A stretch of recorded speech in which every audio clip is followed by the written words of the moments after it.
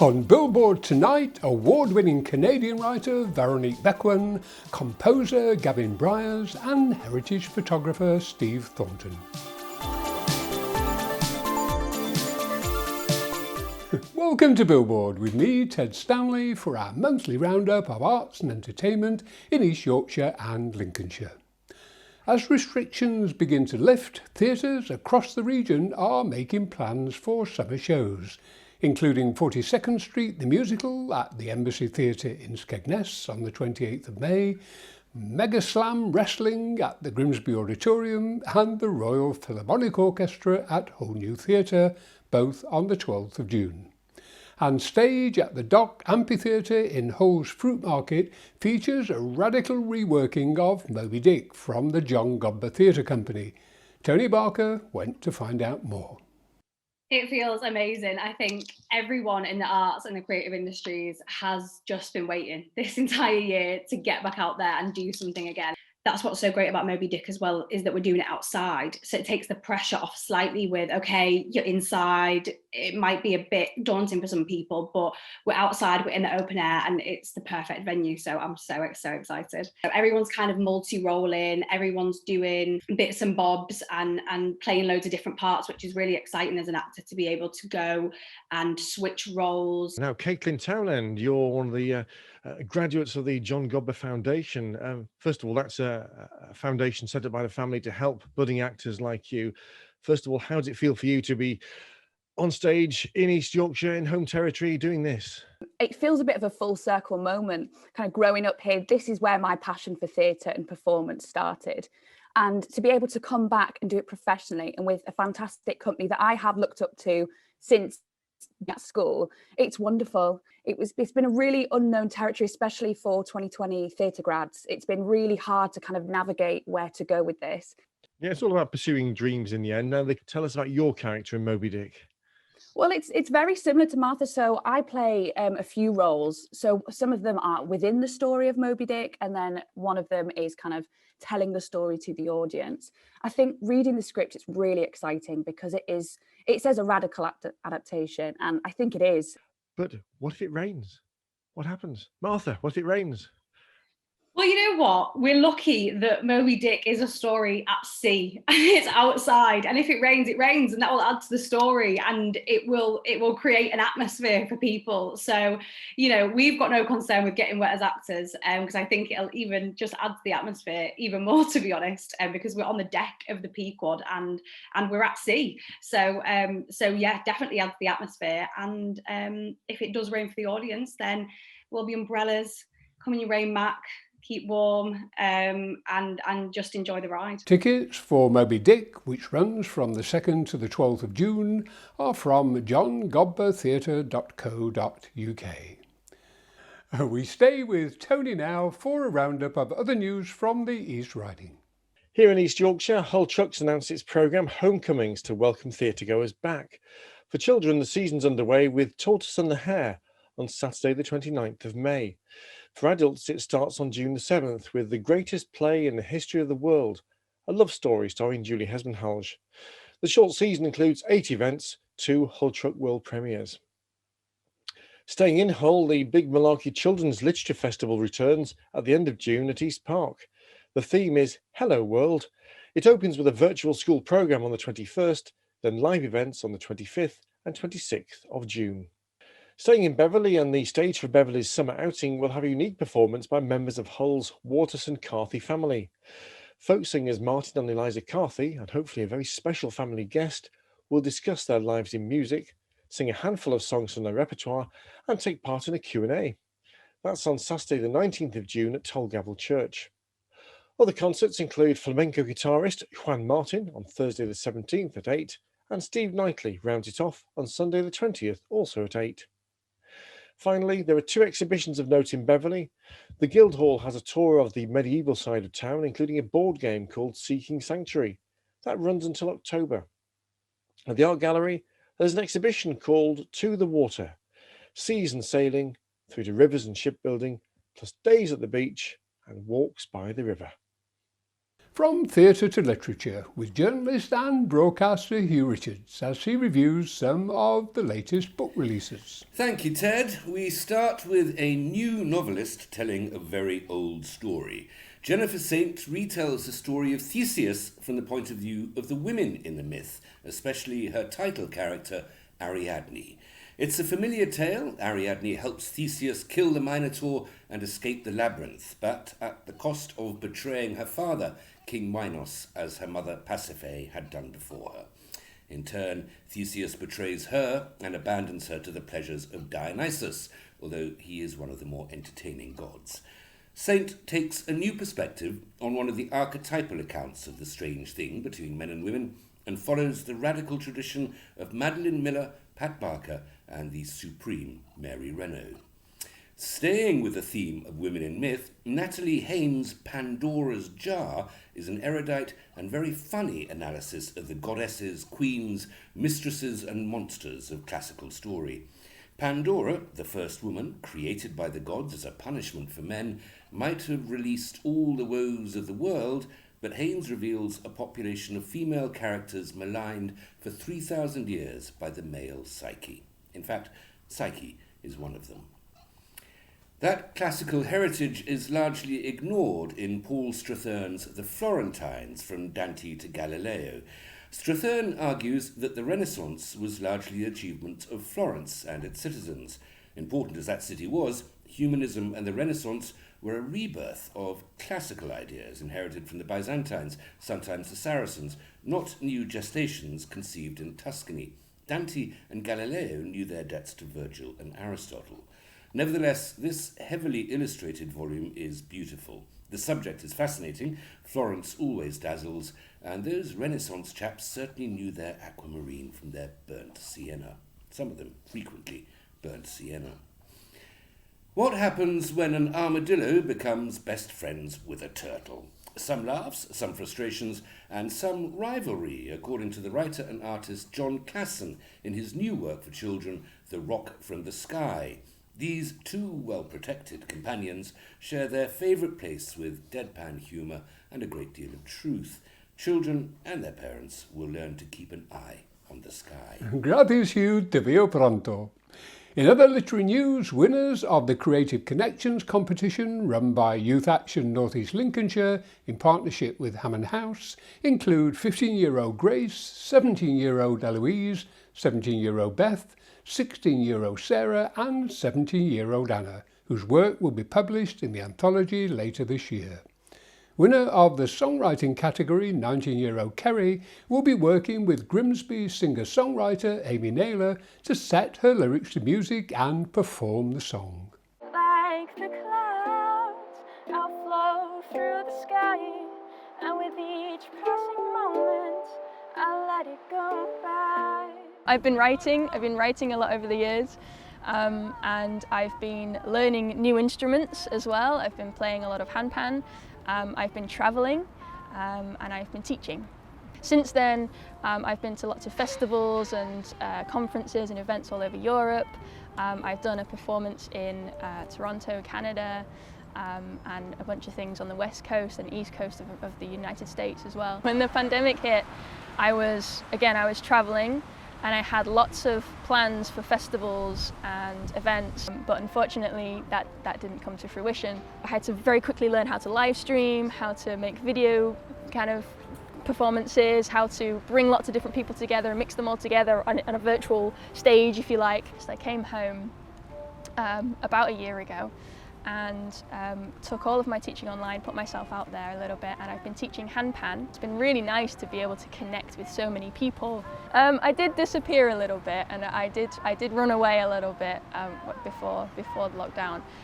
But being here and learning to be okay with being in the same place, being in the same building, and finding all the ways that I can be creative and inspired in that location has, it's almost grounded me and rooted me a little bit, and actually I would quite like to stay here for a bit longer. I think I'll probably start by getting back out on the streets and busking a little bit, because I miss that. I used to do that a lot when I was a young teenager, and I haven't done that for a long time. So you might see me there in town, but I hope to be at events soon. Na, na, na, na, yeah. Na, na, na, na.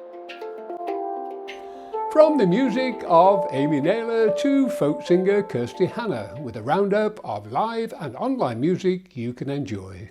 Virtually Orkney Folk Festival will feature exclusive performances from international bands, as well as newly commissioned performances from homegrown Orcadian artists. The 4-day event is streaming over the festival's regular long weekend of May the 27th to the 30th. She don't like her eggs all runny. She thinks crossing her legs is funny. She looks down her nose at money. She gets it on. Northern Irish pop-punk and alternative rock band Ash, featuring Tim Wheeler and Mark Hamilton, are streaming the 1977 album in a global online concert on Saturday the 5th of June. And live streamed from the Barbican, Evelyn Wallen takes the story of Dido's ghost forward, interweaving Purcell's great tragedy with her imaginative new partner piece on Sunday the 6th of June. Local live events include Third and Church at the Solos Music Cafe in Willoughby on the 19th of June, Rachel McKenna at the Beverley Fringe on the 20th of June, Sam Simmons at the Beachcombe in Cleethorpes on the 27th of June, and Stage for Beverley's summer outing, featuring supreme flamenco guitarist Juan Martin at Toll Gavel Church on June the 17th.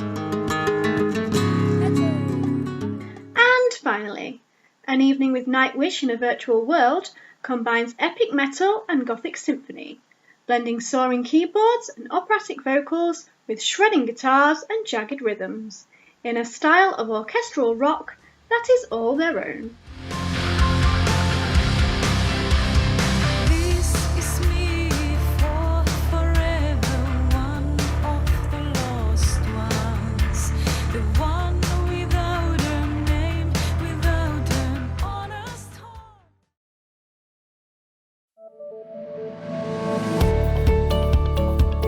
I think it's wonderful that they've developed a vaccine and rolled it out so quickly. I think it's good for everybody. The reason I've had the vaccination is to safeguard myself and safeguard other people. It's a no-brainer really, isn't it? I did actually have COVID and I ended up in hospital. It's very important to keep it under control. People that are getting vaccinated are stopping the spread of the disease. And I just feel so much safer. It's the right thing to do. There's no point stopping now. We've got to keep it rolling on and keep ourselves protected.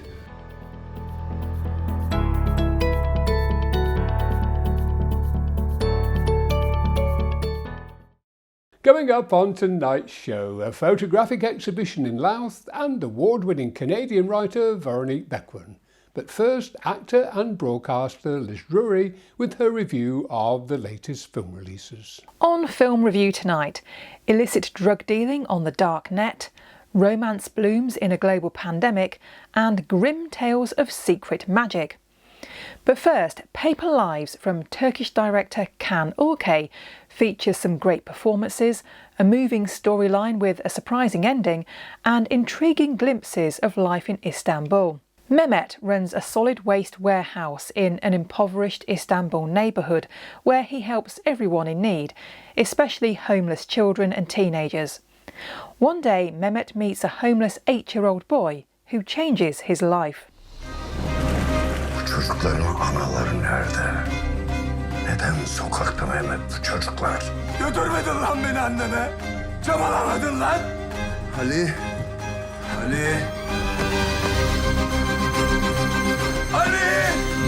Silk Road is a riveting crime thriller inspired by the rise and fall of the eponymous darknet site that sent a seismic shock through the World Wide Web. Nick Robinson plays the driven and idealistic Ross Ulbricht, creator of the internet's first unregulated marketplace. When it becomes a multi-million-dollar pipeline for illicit drugs, Ross is set on a collision course with Rick Bowden, a disreputable and dangerously unpredictable DEA agent who will use any means necessary to take him down. You're going back. You're getting obsessive. We get him on conspiracy to commit murder. Checkmate. Come on, hold your breath. What are you doing with my money?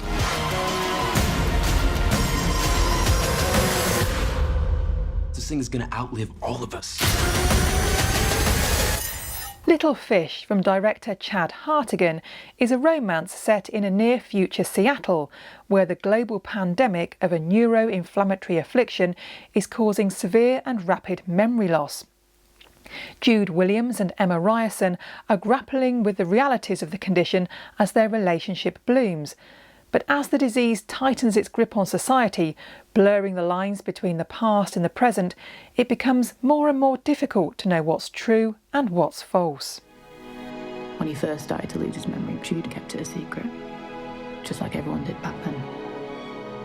All these little pieces.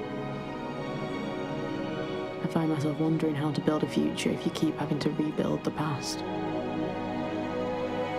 They say you can't forget feelings, and I still believe that. What is it? It's a fish? Yeah, I got it with you. Why do you tattoo fish? Jude? Yeah. Are you okay?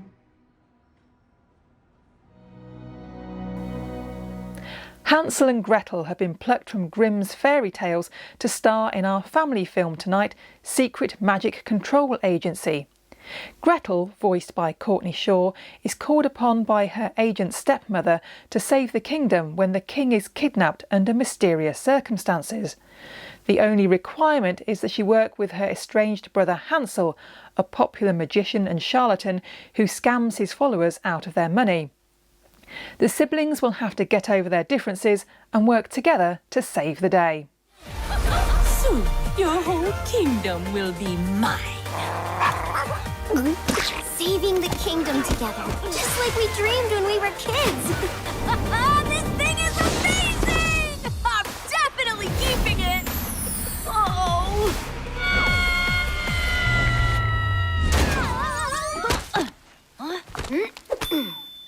Let's go. On DVD and Blu-ray, One of Us from Amazon and Hemingway from Blu-ray.com are also worth a look. Thank you, Liz. Now our Northback correspondent Tony Barker talks to composer Gavin Bryars about the work he produced to celebrate the East Riding of Yorkshire.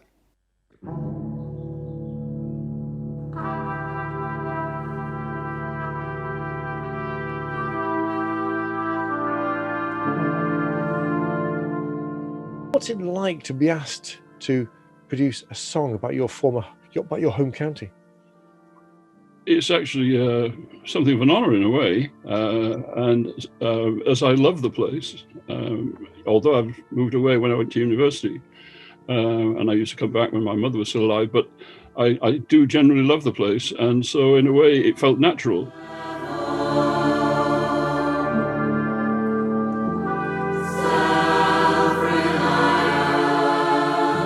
I have a strong feeling for the area. I actually generally love it. I still have a season ticket for Goole Town, and I go when I'm actually a season ticket holder at Nottingham Forest as well. But when Forest are away, and if I can do it, I'll pop over and be one of the 130 people in the crowd, making my voice heard.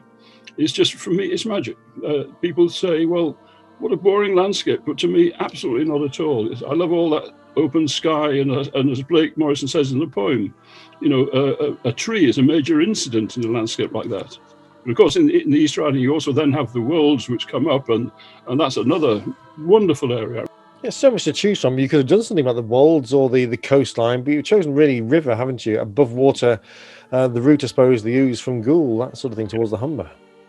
Well, Goole, in a way, is also the mouthpiece, although the Humber, of course, is the mouthpiece of the river itself, but Goole is the point where the confluence of all the major Yorkshire rivers. Eventually you get the Trent joining, that's where it becomes a Humber, but all the others, the Aire, the Wharfe, the Don, they all arrive here, So in that sense, it is a focal point, and that's where water is essential. Yes. Do you hope then this could be a new anthem for East Yorkshire?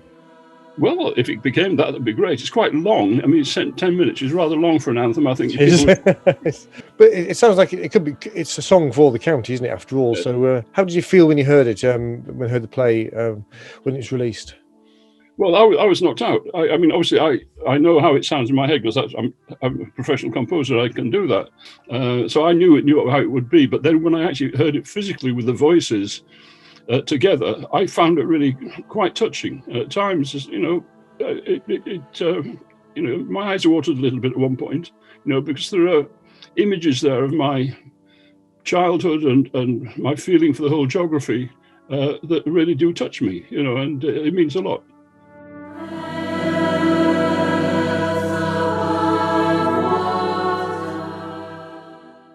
You can watch Above Water as asongforus.org until the 31st of May.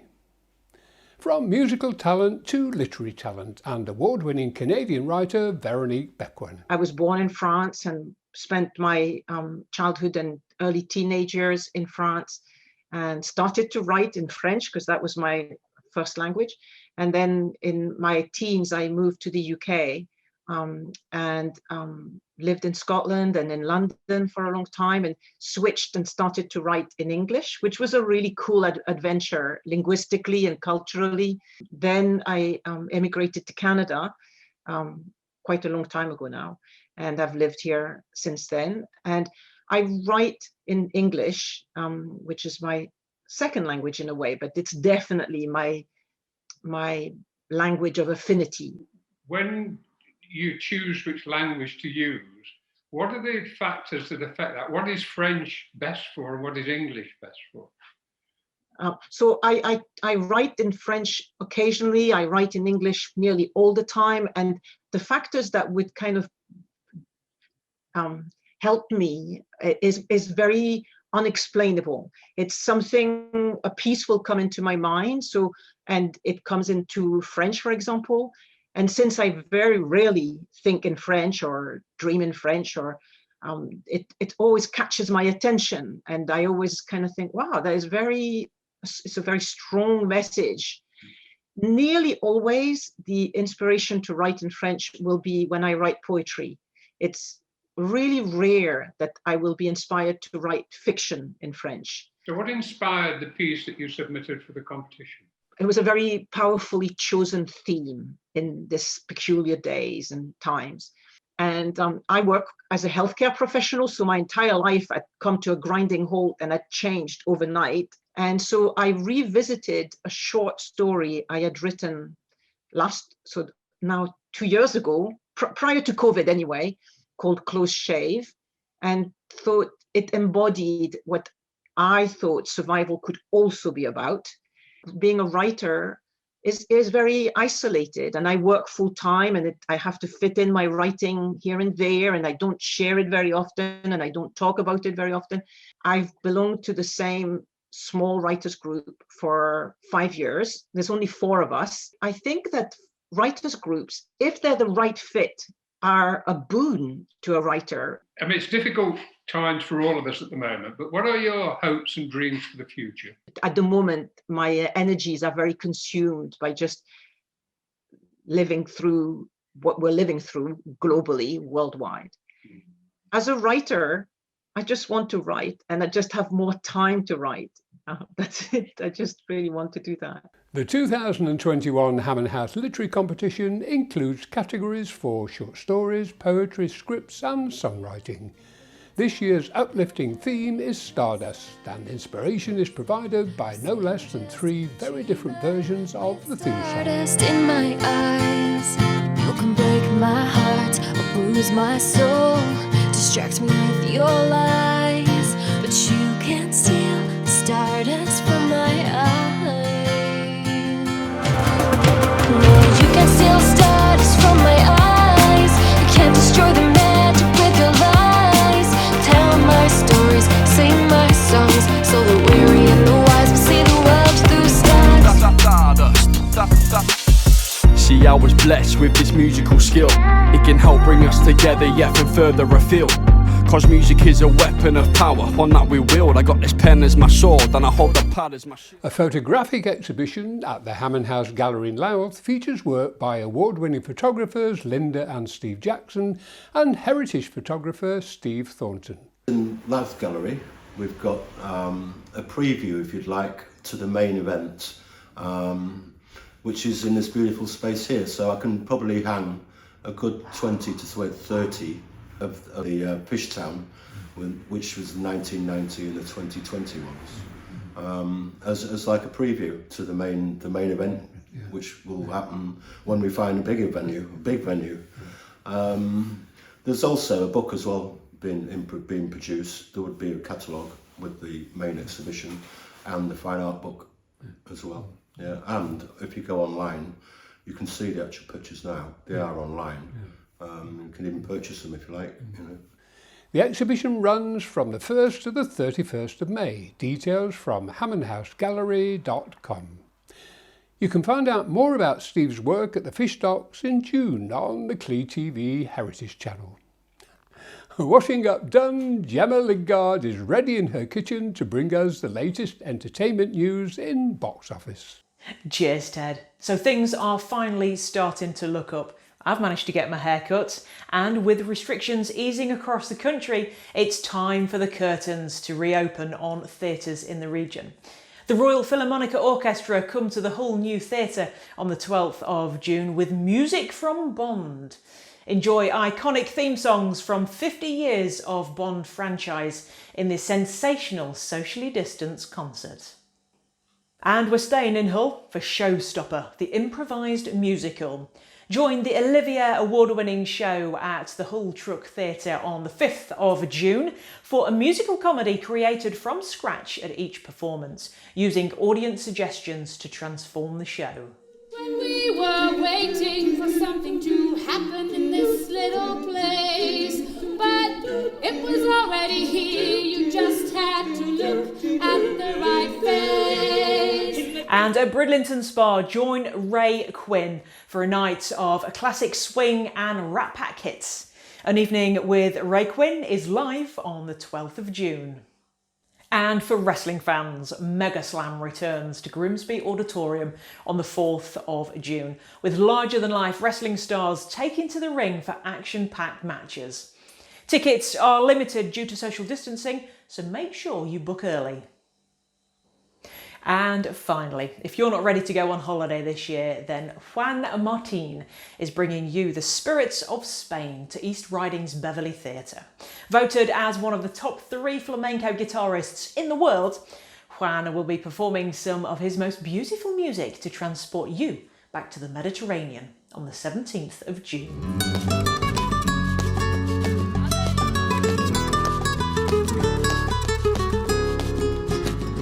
Theatres, music and other entertainment venues are beginning to reopen again, providing much needed revenue and jobs thanks to the successful rollout of the vaccination programme. We have been privileged to work with the NHS and North East Lincolnshire District Council to support the vaccination campaign and showcase the amazing work of the local primary care trusts. Well, that's almost all for tonight's show. Don't forget to watch our new Heritage channel and to keep up to date with our latest Billboard news on our Facebook page, or if you're watching on YouTube, click the subscribe button below. If you have a story you would like us to feature on Billboard, email details to news@billboardtv.uk.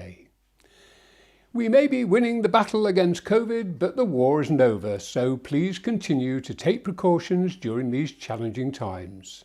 We will be back next month with more entertainment news, entertaining guests and great music.